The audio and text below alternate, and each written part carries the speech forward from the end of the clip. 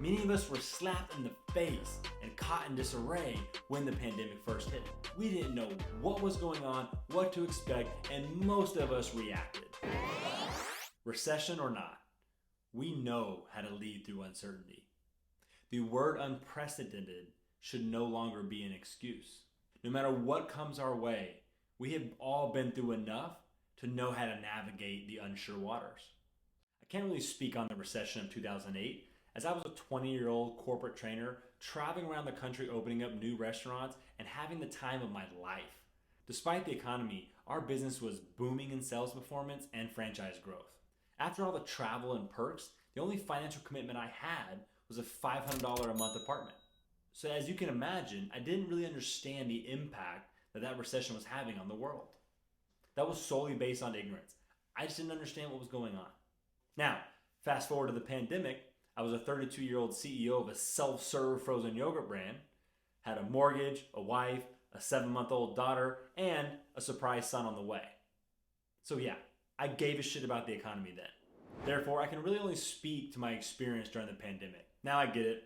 Technically, during the pandemic, we were only in a recession for about 2 months, according to the experts. But we all know the pandemic was much more than just a recession. It had negative impacts on businesses that none of us had ever even imagined or witnessed in our lifetime. All that aside, here's what the pandemic taught me. We can all achieve more with less and adapt to any situation thrown at us. It required us all to thrive in an uncomfortable state of mind. We had to open up our minds and give ourselves permission to operate in new ways that we had never thought of.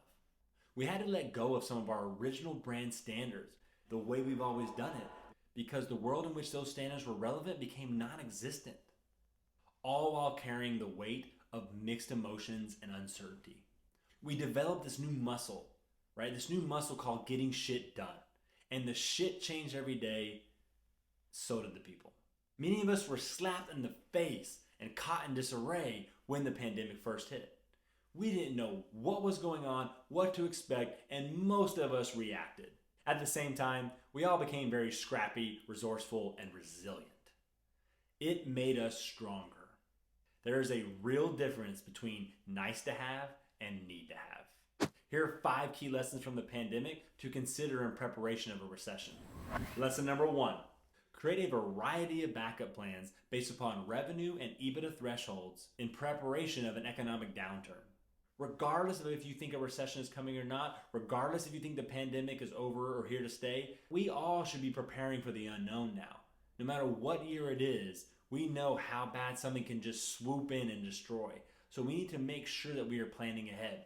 So aside from our annual strat plans or any other planning work that we do, there needs to be these backup plans that are driven based upon the revenue and or EBITDA thresholds that you can sustain. At what revenue level do you need to consider potential reductions in expenses or reductions in headcount? Many people just reacted to the sales decline and the change in consumer behaviors very abruptly. They did not know at what revenue or EBITDA they should consider making some reductions. Well, now we all know better. We should know that people are and will always be our most important asset. Let's not forget that. Let's not forget how hard it was to rebuild after the pandemic. Let's not forget how hard it was to find talented people. Unknowns aside, what's the first wave? What's the second wave? What's the third wave? And what is included in those waves? Is it perks, platforms, licenses, subscriptions, or people? What does it take to keep the business alive and maintain as many people as possible? By doing this, as business starts to shift and consumer behaviors start to change, you're going to have a plan ready to go that you can begin to execute upon. Let the numbers drive your actions, not your emotions. I get it. Preparation like this is going to require a lot more time and effort. But after what we've all been through the last few years, it is the responsible thing to do. And we owe it to our people. Lesson number 2, over-communicate. Regardless how redundant or how heavy your heart is, people need to hear from you. Who, you may ask? The answer is simple. If somebody represents your brand, then they need to be made aware of the overall state of the business and any potential changes that may be coming, especially during tough times.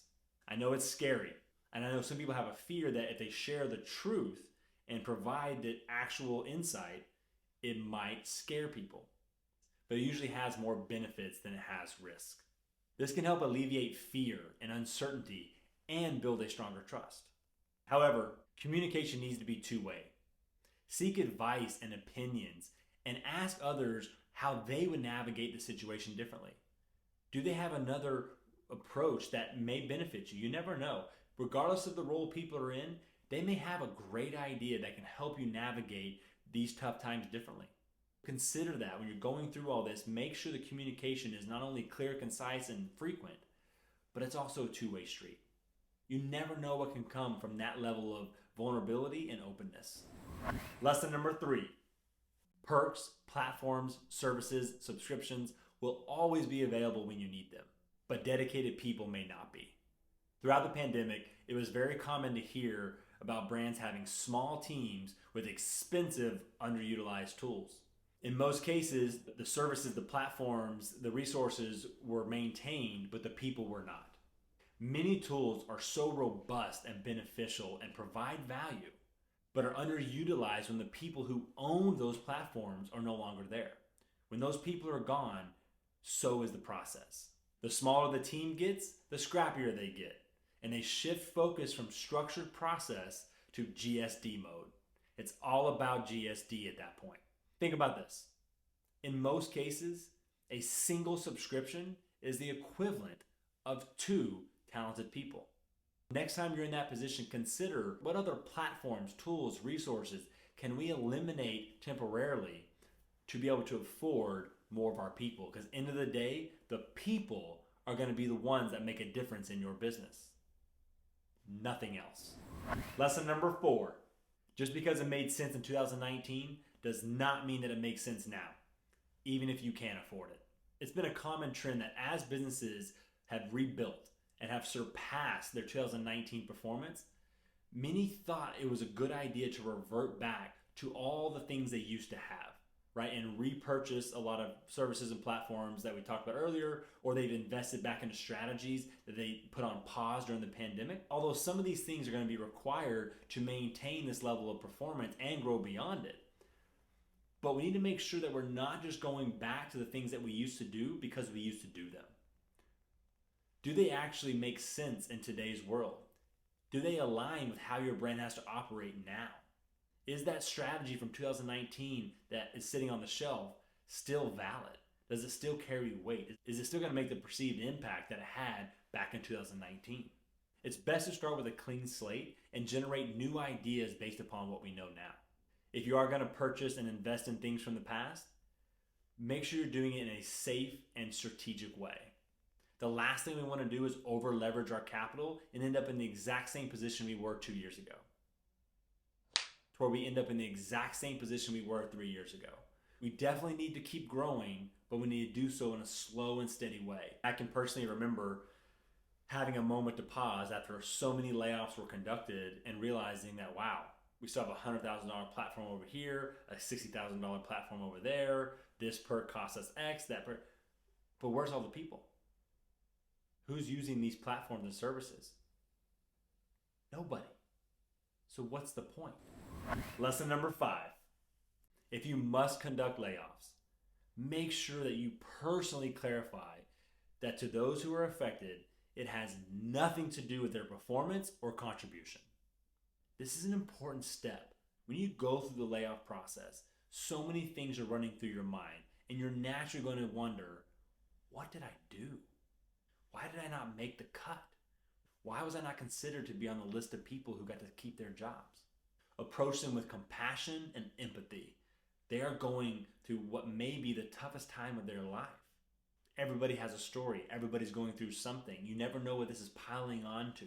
Do your best to connect them all with new opportunities. Share your decision of layoffs publicly. Put it on LinkedIn. Get it out in front of the eyes of other leaders so people know that there's available talent on the market. In the short term, cancel or postpone all large gatherings, celebrations, international trips, conferences, all the things that might be perceived negatively in the eyes of those impacted by the layoffs and your loyal following. Just put yourself in the shoes of those that were laid off. Can you imagine losing your job?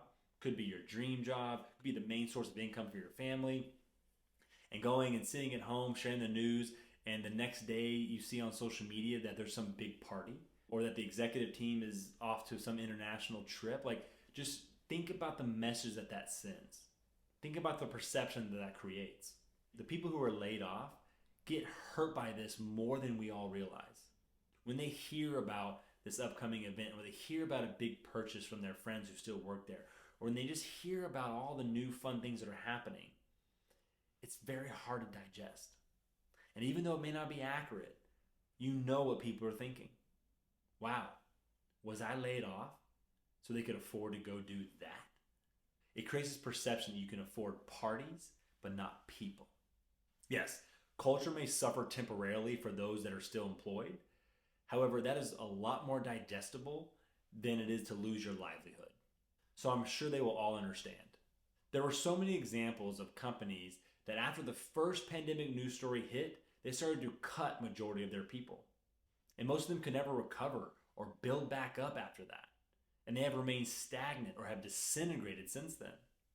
Your people are and will always be your number one asset. Are we in a recession right now? Are we going to be in a recession in 2023? I have no idea. Either way, let's be ready for it and learn from our actions and mistakes during the pandemic to help mitigate a potential recession the best that we can. If we do enter a recession, let's all do our best to maintain our people over everything else. I am a firm believer in having a people-first mindset. However, in this circumstance, our people should be impacted last. Thank you all for watching. I appreciate your support. If you enjoyed this video, please like it, subscribe to the channel. I'll have more content coming your way soon. Thank you.